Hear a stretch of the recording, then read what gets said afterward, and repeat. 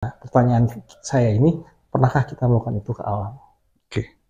Pernahkah kita kirim Al-Fatihah ke bumi, ke air, ke langit gitu ya? Sebagai bentuk rasa syukur kita. Rasa syukur gitu ya? kita dan menjaga hubungan spiritual kita dengan Betul. alam.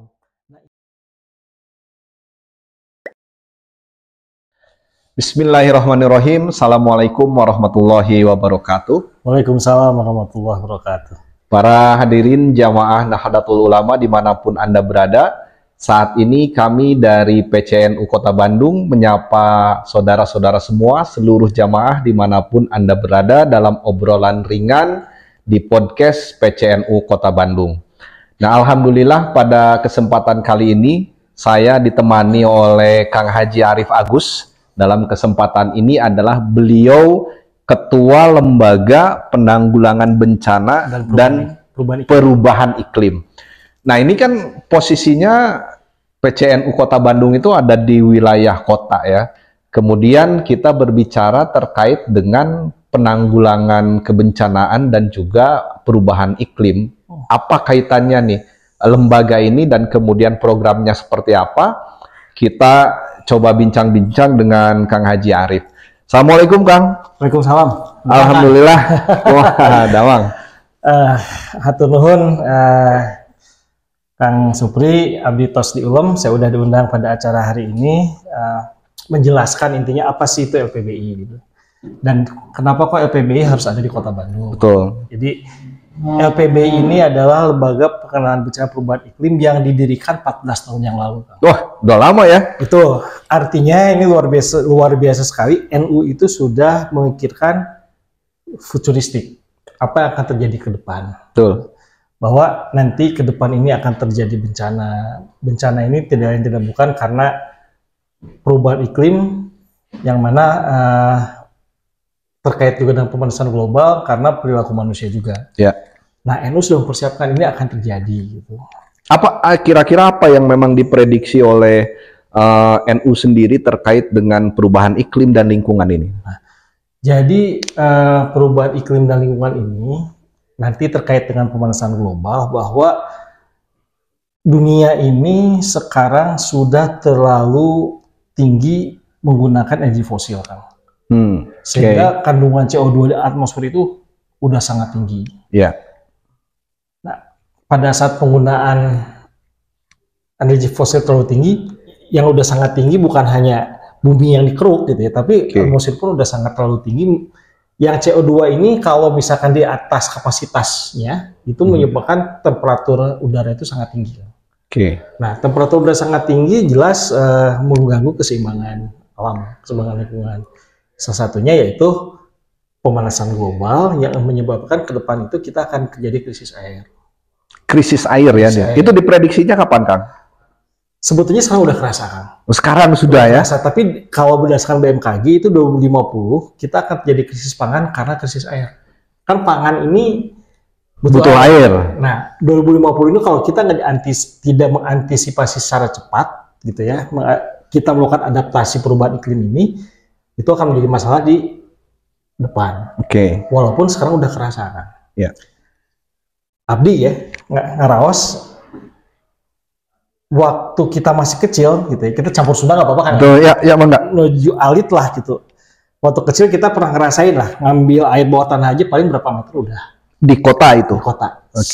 Paling 10 meter, 20 meter kualitas sudah bagus. Iya. Masuk usia saya kuliah tahun 90-an, itu sudah di 30 meter kan. 30 meter ya. Sekarang sudah 60 meter. Susah ya sekarang bikin sumur aja harus pakai mesin yang dalam gitu. 60 meter, pakai submersible sekarang. Ya betul. Sekarang bayangannya berarti ada gradasi gitu ya, pengurangan air. Ya. Kita yang berpikir saat ini, tapi bayangkan 20 tahun akan datang. Nah, padahal air adalah sumber kehidupan, gitu kan. Orang nggak ada air, yang nggak hidup gitu. Apalagi kalau orang Islam kan kebutuhannya untuk air itu tinggi ya, untuk bersuci segala macam. Jadi krisis yang mungkin dihadapi adalah yang pertama terkait dengan krisis air gitu ya. Air betul. Nah, dari krisis air akan menimbulkan banyak faktor termasuk juga bencana alam. Karena kalau air habis, pondasi bumi ini lemah kan. Jadi akan sangat kalau dapat getaran sedikit itu sangat mudah untuk hancur lah gitu. Akan mudah untuk porak-poranda gitu. Makanya sekarang terjadi bencana alam ya salah satunya itu juga gitu. Tetapi yang paling besar ke depan itu yaitu masalah krisis air. Makanya bulan Mei kemarin kan ada di Bali itu ada Water World Forum. Jadi masalah ini udah masalah global gitu. Bukan jadi persoalan lokal suatu daerah, tapi udah menjadi isu global yang dibicarakan dalam forum itu lintas negara. Gitu. Nah, kalau kesadaran ya Kang ya, kesadaran masyarakat terhadap penanggulangan bencana. Orang kota kan merasa bahwa dia tinggal di kota, jauh dari gunung yang mungkin terancam oleh letusan gunung Merapi, jauh dari pantai yang jauh dari ancaman tsunami gitu. Bagaimana sih orang di kota gitu ya menyadari bahwa bencana itu juga ada di sekeliling kita gitu? Nah, memang disinilah tugas LPBI Kang, untuk bisa menginformasikan khususnya ke warga Nahdien bahwa khususnya di Kota Bandung kita itu memiliki potensi bencana yang besar. Mungkin Akang pernah mendengar istilahnya sesar Lembang. Oh ya, nih buat sahabat-sahabat teman-teman Nahdien mungkin pernah mendengar sesar Lembang. Nah itu juga menjadi satu concern ya dari rekan-rekan di LPBI PCNU Kota Bandung. Gimana tuh Kang kondisinya, Bang? Menurut BMKG, jadi sesar Lembang itu adalah semacam patahan itu ya, sekitar 30 km dari daerah Jatinangor sampai ke Padalarang, Kang. Padalarang, Sesar Lembang itu, yang menurut BMKG semakin tahun itu ternyata pergerakannya aktif. Jadi ibaratkan sesar Lembang itu di buku saya ini itu dijelaskan juga kayak raksasa lagi tidur. Nah, kita ini lagi bermain-main di atasnya sesar Lembang. Nah, ini manusia kerdil, raksasanya besar sekali. Nah, kalau raksasa itu tiba-tiba menggerakkan posisi tidurnya gimana tuh? Ngeliat lah bahasa orang nama gitu ya, menggeliat gitu. Ini problem buat kita gitu. Nah, itu pun yang harus jadi perhatian kita semua. Kota Bandung khususnya juga punya dampak dari sesar Lembang gitu. Sangat. Sangat, artinya kita berharap itu tidak terjadi gitu ya. Kalau berdasarkan data kan sebetulnya sering terjadi kayak bencana-bencana kemarin terakhir di Batu Jajar tuh. Itu bencana-bencana kecil yang disebabkan oleh patahan Lembang. Patahan Lembang ya. Waktu itu pergerakannya hanya skala di bawah 3 Richter lah, atau 4 Richter, jadi belum terlalu berdampak secara global, masih secara lokal. Coba kalau bayangkan gitu ya, nauzubillah kalau itu terjadi sampai misalkan getarannya 6 skala Richter di patahan. Gede sekali itu ya Kang. Dan posisi Bandung itu adalah dulunya itu danau purba. Danau, betul. Artinya Bandung ini bisa ya gimana ya? Bisa dampaknya bisa sangat besar. Itu kita bisa lumpur-lumpur karena gempa ini bisa turun ke bawah gitu ya. Air bisa turun ke bawah, kita bisa di samping gempa juga kita bisa terendam air dan lumpur. Memang di media sosial banyak ya yang berbicara tentang sesar Lembang, kemudian aktif sejak kapan, lalu potensial untuk terjadi gerakan sesar Lembang ini. Bagaimana sih cara yang sederhana gitu untuk bisa menjelaskan kepada masyarakat awam bahwa sesar Lembang ini aktif dan kemudian masyarakat harus seperti apa? Pertama memang masyarakat harus mulai care dan harus mulai banyak mengakses potensi-potensi bencana yang ada di Bandung. Dan kita pun PLPBI juga akan keliling lah nanti gitu ya. Nanti kita bicara program ya Kang ya. Betul. Sekarang kita ngomongin sesar Lembang dulu nih karena memang lagi rame juga beritanya. Nah, memang pemerintah Provinsi Jawa Barat itu sudah membuat program mitigasi bencana yang harus dilakukan di setiap sekolah, Kang. Salah satunya mengantisipasi kalau itu terjadi sesar Lembang dan bencana-bencana lainnya gitu. Nah, tapi kalau saya lihat memang belum maksimal gitu. Nah, disinilah kita NU punya peran gitu ya. Karena NU kan punya lembaga pendidikan non formal ya, namanya pesantren. Ya, betul. Kita harus sering informasikan. Terus keduanya nggak apa sedikit menyinggung program ya. Betul. Harus kita dari sekarang melatih tentang mitigasi bencana. Mitigasi bencana ya. Kalau tiba-tiba terjadi bencana, apa yang harus kita lakukan? Yang namanya bencana itu, gempa itu kan cuma beberapa detik kan. Ya, betul. Tapi kalau kita salah menghandle gitu ya, bisa menyebabkan korban sangat banyak. Nah, mitigasi bencana itu tujuannya adalah meminimalkan korban. Kalau itu terjadi. Tapi ada satu hal gitu yang ingin saya jelaskan, karena kita ini NU bergerak di bidang sosial keagamaan, yang jarang dijelaskan yaitu pendekatan spiritual. Nah, sehebat apapun mitigasi bencana, tapi kalau misalnya gempanya udah terlalu besar, kita nggak bisa apa-apa. Menghindar ya. Menghindar. Nah, ini agak spiritual gitu ya, agak religius itu. Jadi kita harus berubah mindset dulu. Mindset kita tentang alam semesta itu seperti apa sih? Nah, ini penting gitu. Nah, yang kita pahami sekarang bahwa alam semesta itu adalah sesuatu yang sifatnya benda mati. Gitu. Benda mati. Sementara kita merasa yang hidup di dunia ini ya kita manusia dan binatang lah gitu ya. Terus tumbuh-tumbuhan, tetapi kayak gunung, bebatuan, sungai, air dianggap benda mati. Padahal di Al-Quran berapa banyak ayat-ayat menyatakan bahwa apa yang ada di bawah langit di atas bumi itu hidup. Nah, bagaimana kita bisa menjaga relasi secara rohani, secara spiritual terhadap alam ini? Makanya kan Allah itu adalah Tuhan seluruh alam kan? Berarti bukan Tuhan manusia saja. Betul. Artinya bumi, air, beserta semua isinya ya. Itu juga adalah makhluk Tuhan. Posisi kita dengan alam semesta itu harusnya setara, walaupun punya peran yang berbeda. Nah, yang sekarang terjadi ini ada yang namanya ideologi asoproteisme gitu ya. Yang mana manusia itu seakan-akan posisinya lebih dari alam semesta. Dari alam semesta. Gitu. Sehingga memperlakukan alam dieksploitasi tanpa memperhitungkan dampaknya gitu ya. Betul. Membersihkan alam itu di bawah kita, padahal sebenarnya alam kita itu sejajar. Walaupun perannya berbeda. Nah, kalau alam itu memang diciptakan Tuhan untuk melayani kebutuhan manusia, manusia diperlukan untuk melestarikan alam ini. Nah, yang sekarang terjadi bukan melestarikan alam, tapi mengeksploitasi. Karena alam ini dianggap benda mati. Sebelum jauh ke arah spiritual nih, Kang. Di LPBI sendiri, di PCNU Kota Bandung ini punya berapa program nih, Kang? Nah, kita ini karena based on pesantren ya, Kang ya. Jadi dan masjid lah, kalau itu kan arahnya di sana gitu, pergerakannya gitu. Ada beberapa program yang akan kita buat, yaitu pesantren dan masjid ramah lingkungan. Ramah lingkungan. Yang isinya sebetulnya untuk mengadaptasi perubahan iklim. Nah, bentuknya seperti apa tuh, Kang? Ramah lingkungan itu. Nah, apa kita nanam pohon di setiap masjid? Salah satunya. Gitu? Nah, ada sekitar 4-5 poin lah kita akan launching program ini gitu ya.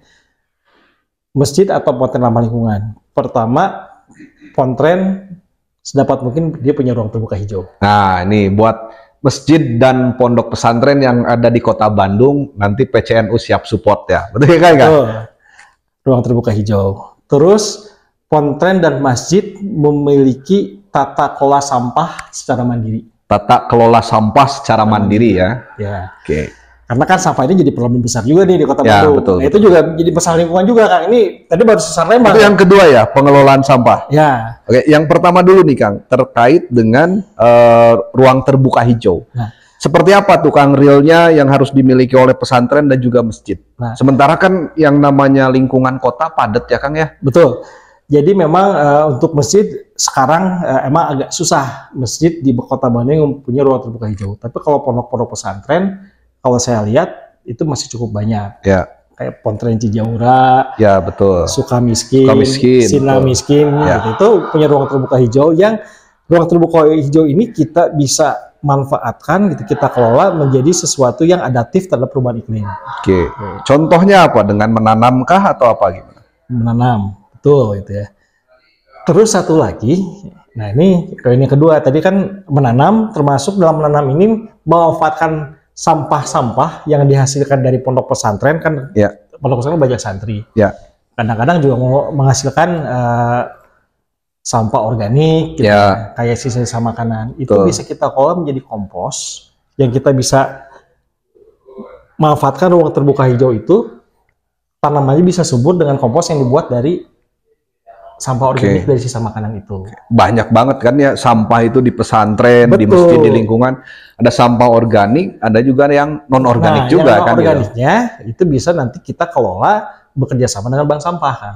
Nah, tapi yang utama ini sampah dapurnya dulu lah. Nah, ini sampah dapur jangan sampai berceceran, yang nanti akhirnya menyebabkan problem kayak Sarimukti di Batung Barat gitu kan, tempat pembuangan akhir, tapi kita bisa kelola secara mandiri. Komposnya bisa menyuburkan tanaman tuh. Sejauh ini kondisinya gimana? Lingkungan pesantren, kemudian lingkungan masyarakat pada umumnya dalam proses pengelolaan sampah itu. Nah, jadi gini, kayak Cijaura sekarang sudah menuju ke arah sana. Terus Sirna Miskin udah menuju ke arah sana.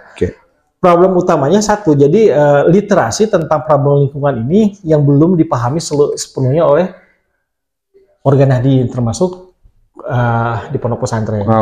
Jadi tugas LPBI salah satunya adalah kita diskusi, kita datang, kita dalam tanda kutip gitu ya, kita audit problem lingkungan apa nih yang ada di pondok pesantren ini. Baru kita diskusi, kira-kira apa nih kita bisa kerjakan dulu. Karena kan nggak bisa sekaligus juga. Gitu. Nah, ternyata misalkan kayak Cijaura, kayak Sirna Miskin, dia punya, atau ada masjid juga di sini Al Hasan, dia punya lahan terbuka ruang terbuka hijau yang bagus gitu ya. Nah ini kita jangan lewat sini dulu. Yuk sampahnya jangan dibuang, sampah organiknya kita buat kita buat kompos dengan memanfaatkan ruang terbuka hijau. Nah, itu dari sampah. Terus masalah air. Nah, dengan ruang terbuka hijau kan air itu bisa kita tampung, Kang. Gitu. Ditampung itu ada dua cara. Pertama memang kita tampung untuk kita gunakan kembali. Kita tampung untuk ditabung. Pada saat nanti musim kemarau, persediaan air bawah tanah itu mencukupi. Bentuknya apa tuh? Sumur resapan atau gimana? Ya salah satunya sumur resapan dan penampungan air yang saat itu juga bisa langsung digunakan kan.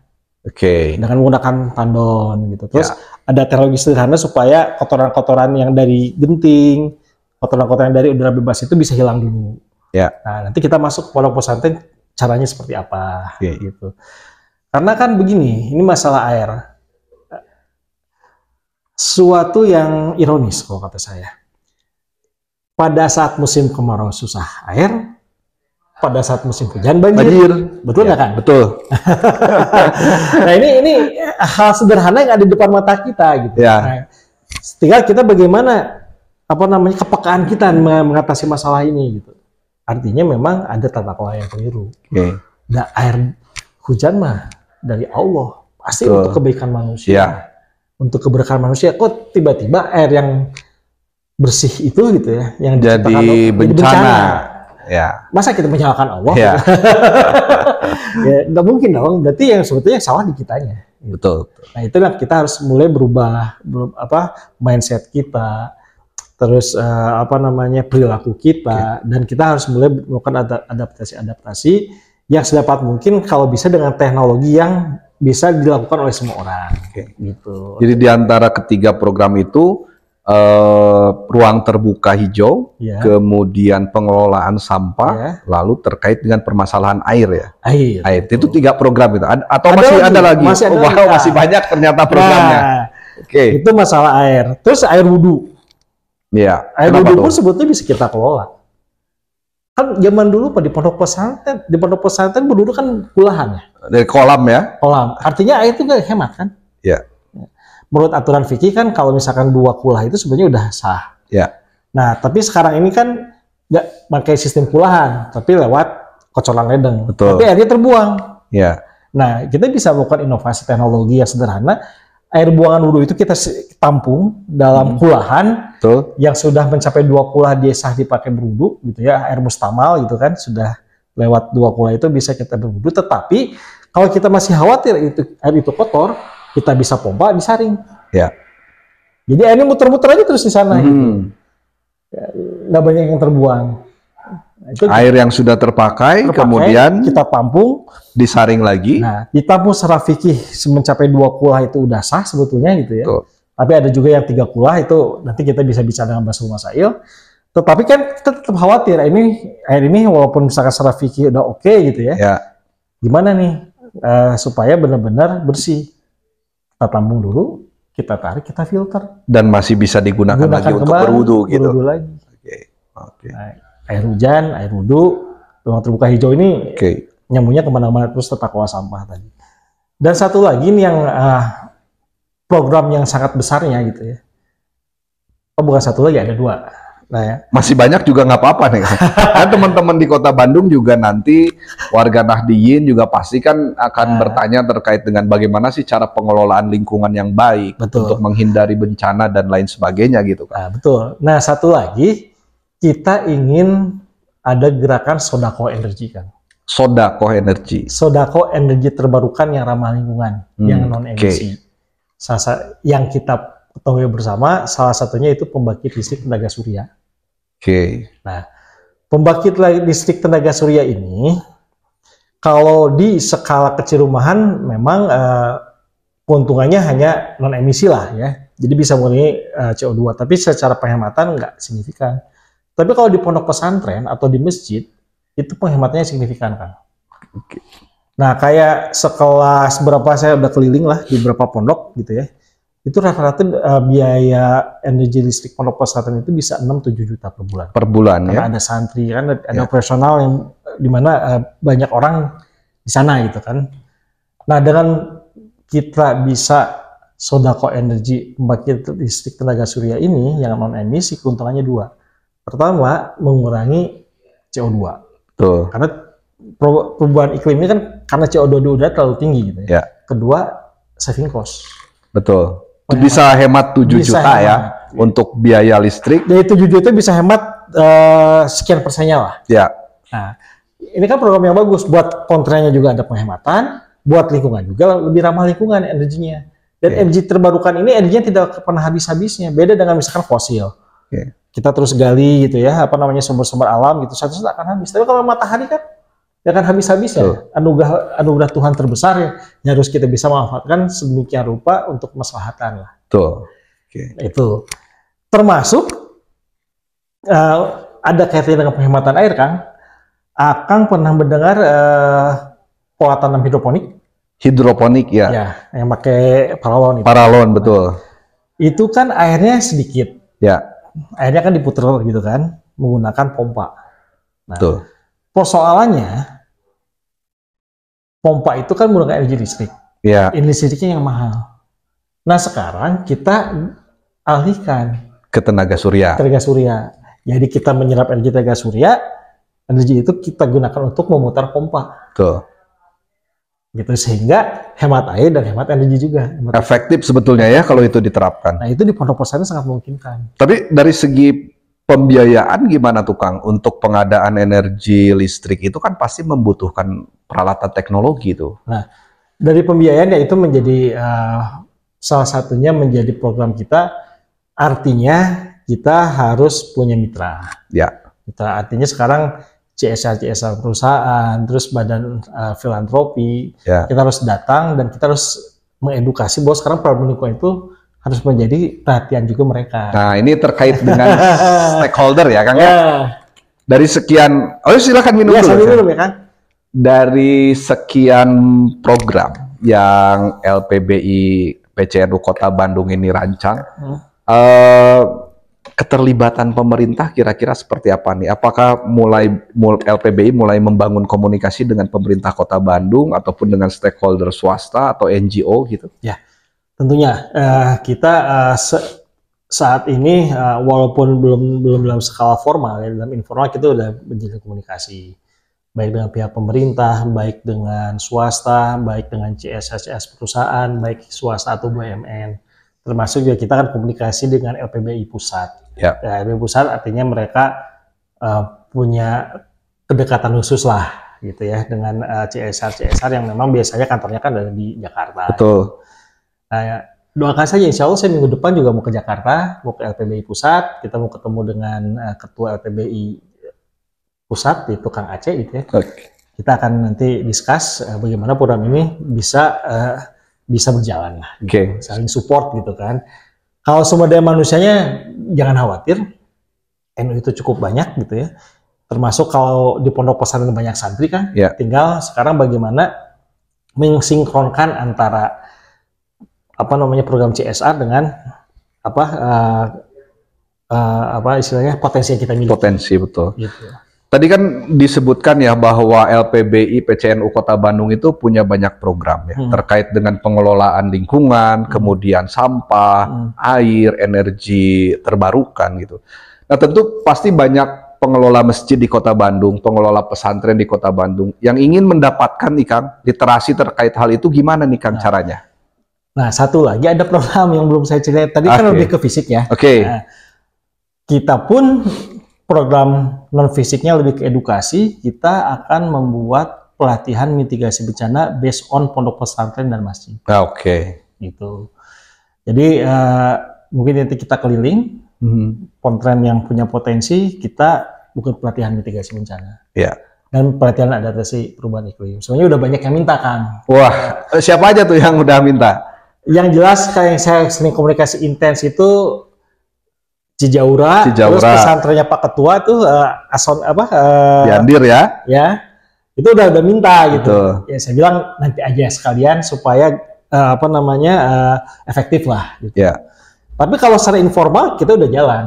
Saya udah sering keliling ke pondok pesantren, mungkin hanya skala kecil dengan pengurus pondoknya, kita diskusi tentang ini. Kita kasih informasikan tentang apa yang akan terjadi ke depan.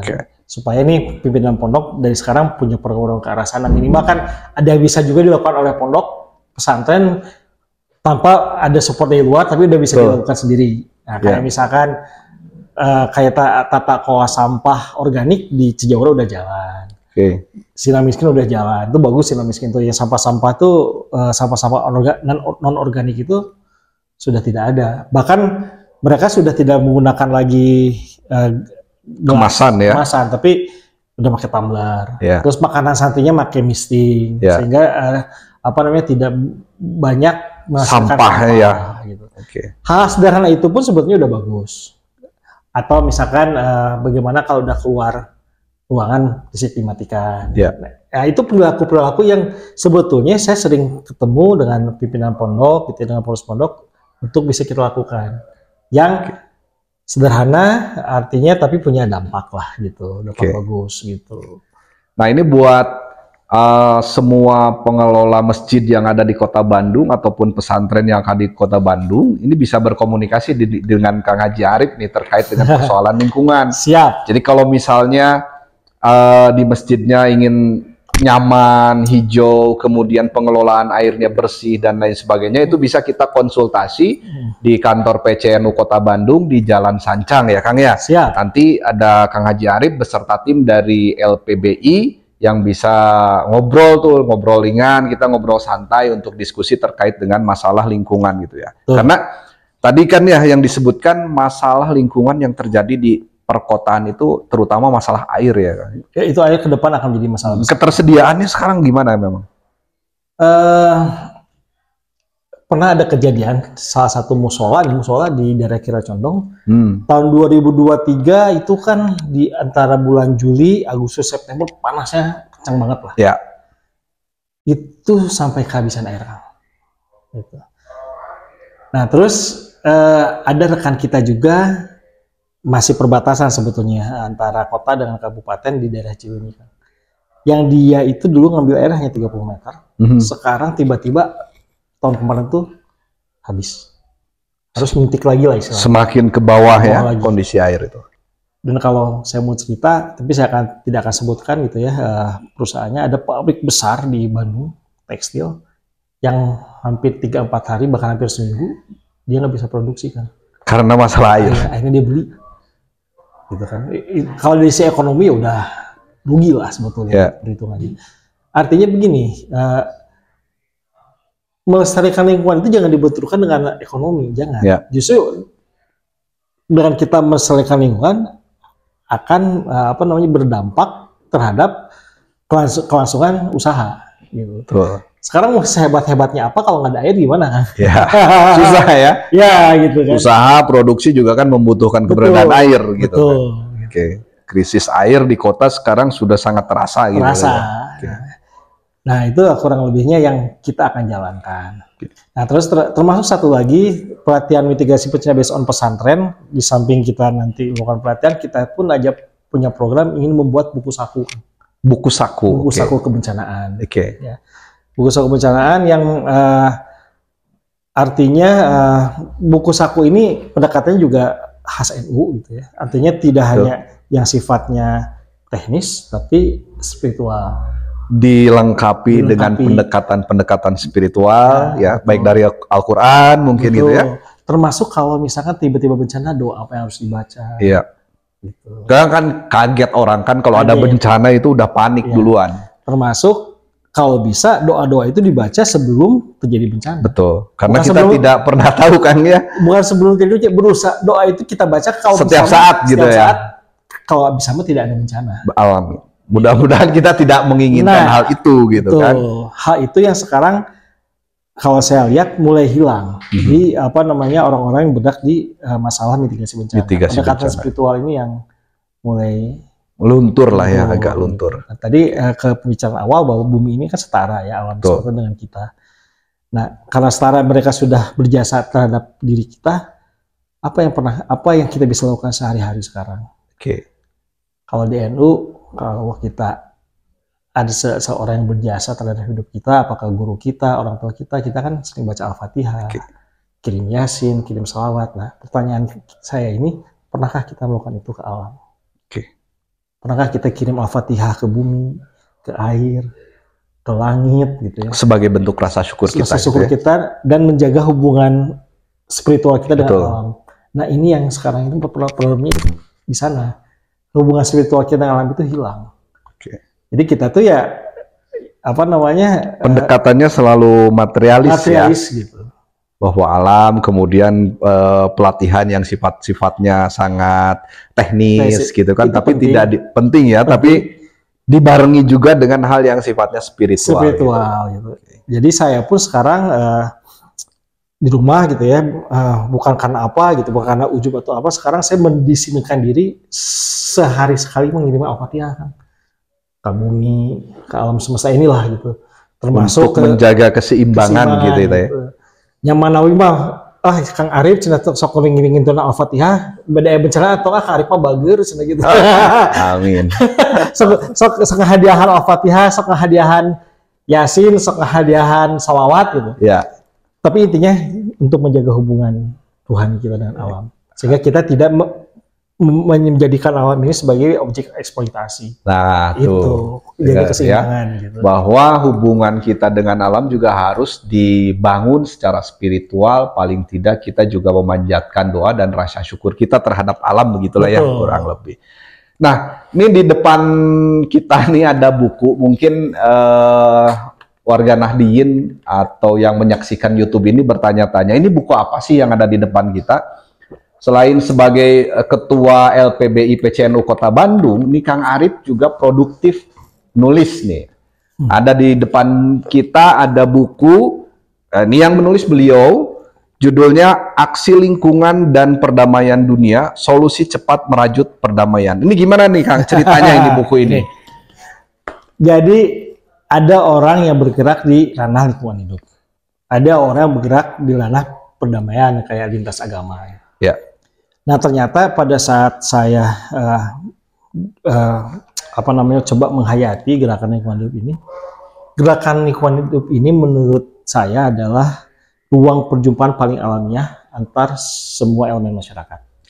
Karena udara yang bersih, air yang jernih gitu ya, terus lingkungan yang asli ada kebutuhan semua manusia. Gitu. Apakah Tuhan menciptakan udara ini hanya untuk satu kelompok? Saya rasa tidak. Hanya untuk satu agama? Tidak. Udara bersih ada kebutuhan bersama. Nah, dalam buku ini saya jelaskan, salah satunya saya terinspirasi dari ceramahnya Pak Quraish Shihab. Ya. Nah, Pak Quraish Shihab itu pernah cerita apa itu ukhuwah. Ukhuwah itu adalah ikatan, dan ikatan itu akan bisa berjalan kalau ada banyak persamaan. Persamaan latar belakang mungkin ya, kebutuhan, keluarga, tantangan sama persamaan misalkan tempat kelahiran, tanah air segala macam. Dari persamaan itu kemudian lahirlah namanya persaudaraan. Dan saudara itu menurut Pak Qoroy Shihab ternyata kepanjangan dari satu udara. Saudara jadi satu udara gitu ya. Karena kita ini hidup dalam satu udara yang sama, berarti kita ini sebenarnya bersaudara. Artinya kalau kita bergerak di ranah lingkungan hidup, ranah iklim, sebetulnya adalah ruang perjumpaan paling alamiah yang kita bisa berjumpa tanpa sekat. Gitu. Jadi di situ kaitan antara lingkungan dengan perdamaian, gitu ya. Karena kita sama-sama bersaudara, hidup di dalam satu lingkungan udara yang sama, kita memelihara lingkungan secara bersama-sama, muncullah perdamaian. Betul. Dan, luar biasa ini bukunya nih. Dan satu lagi saya mau cerita nih ya. Jadi ternyata kalau di buku ini pun saya tulis, aktivis-aktivis perdamaian, aktivis kemanusiaan itu ternyata semua juga aktivis lingkungan kan. Yang namanya Martin Luther King, dia seorang rohaniawan Kristen di mana di Amerika. Dia berjuang anti diskriminasi, ternyata aktivis lingkungan. Aktivis lingkungan juga. Desmond Tutu, seorang pastor kalau nggak salah ya, di Afrika Selatan, dia juga berjuang anti politik apartheid, dia aktivis lingkungan. Bahkan sampai waktu dia meninggal, kalau di sana kan dikremasi istilahnya, dibakar ya. Dia minta nggak mau dibakar karena bisa CO2-nya bisa mengganggu lingkungan. Tapi dia pengen dengan cara akuamasi, kata istilahnya itu, badannya itu dilarutkan sehingga tidak menimbulkan efek lingkungan. Sampai segitunya. Ini ternyata aktivis perdamaian, aktivis lingkungan hidup juga.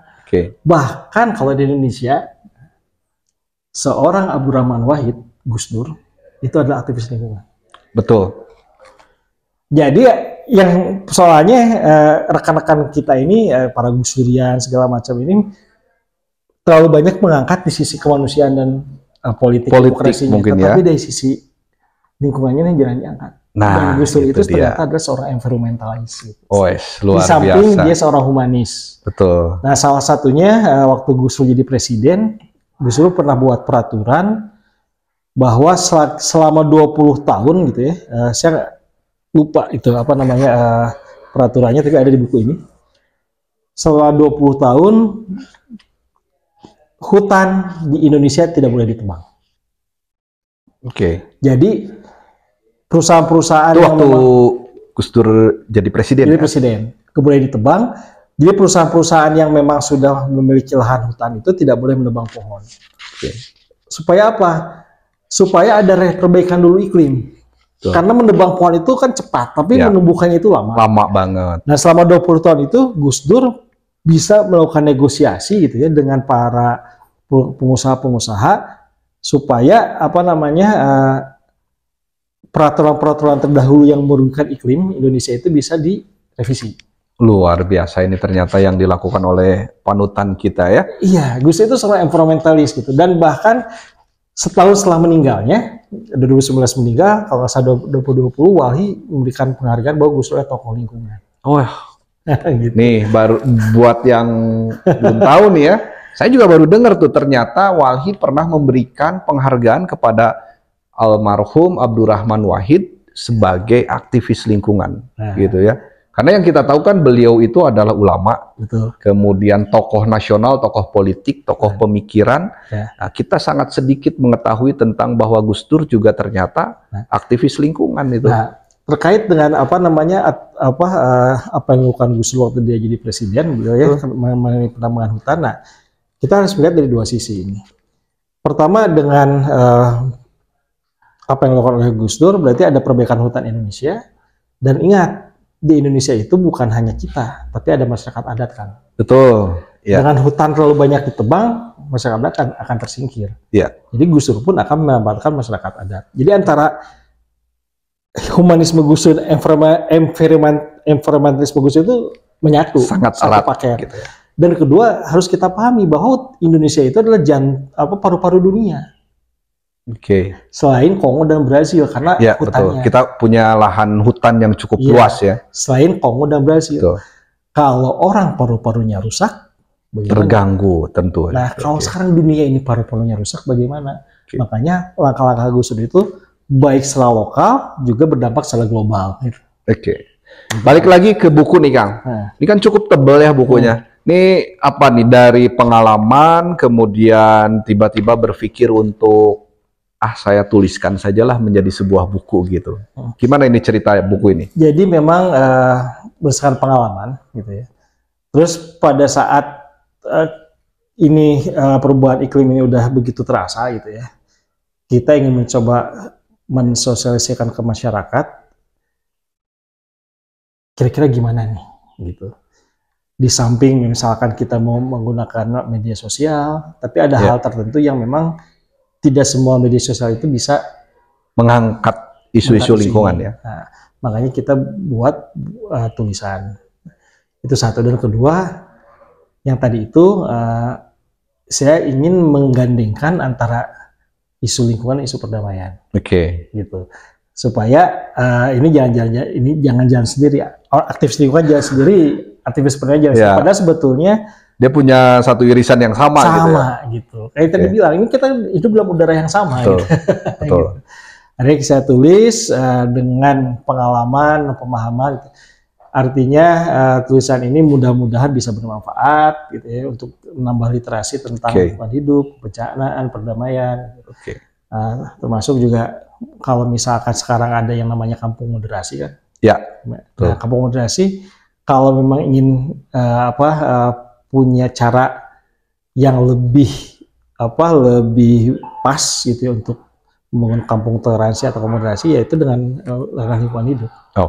Terakhir nih Kang, di mana warga Nahdliyin bisa mendapatkan buku ini dan kemudian nih harganya berapa? Jadi nggak apa-apa, sekalian promosi kita. Jadi begini, ini saya terbatas. Saya pun belum promo lewat media sosial. Saya lebih banyak gerilya lah keliling.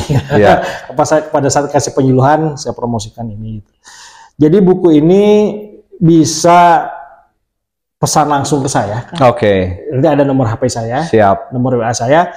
Atau kalau misalkan ada yang mau lewat sini, lewat Akang, nanti kita fasilitasi lah ya. Gitu. Karena ini masih terbatas. Ya, artinya buku ini di samping memang untuk menambah literasi, juga untuk operasional kita juga lah.